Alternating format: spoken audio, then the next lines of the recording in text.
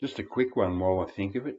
Um, Alan Static Traveller showing was it Play School album? What a great track, man! It's like imagine if that female had sung those Nick um, Drake albums.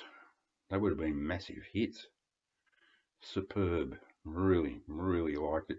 It brought to mind um, one of my bugbears. I really dislike folk music, but I do like when folk started to move over into, crossing over into pop and rock.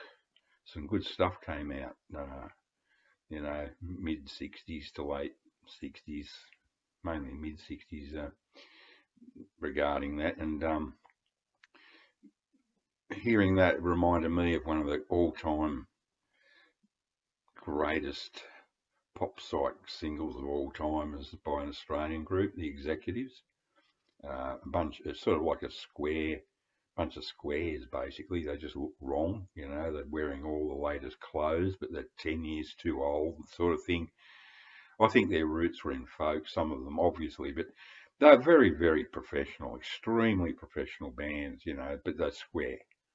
And but they did one brilliant, brilliant track written by the band and two members of the band called "Moving in a Circle" by The Executives. Check it out. It's sort of a bit like Jefferson Airplane, Grace Slick sort of vocal, but a bit like, yeah, but not so obviously psychedelic. Not so.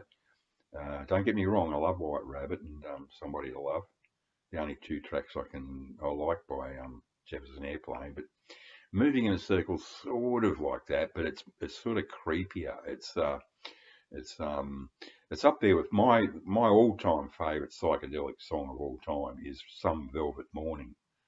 Um, Lee Hazelwood and Nancy Sinatra, two really unhip squares in looks and in personality, and yet they came up with, as an old acid head myself, if you take the right acid, you don't want to hear any music, because the music you hear is the music of the universe. And well, anyway, let's not go into that. Um, but to me, two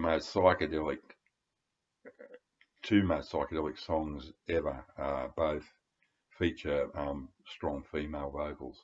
Some Velvet Morning I just mentioned, and then followed by Moving in a Circle by the Australian group The Executives.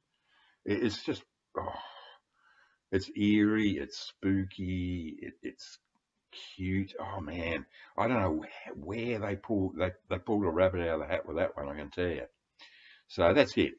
That was all your fault, Alan. You're a naughty boy.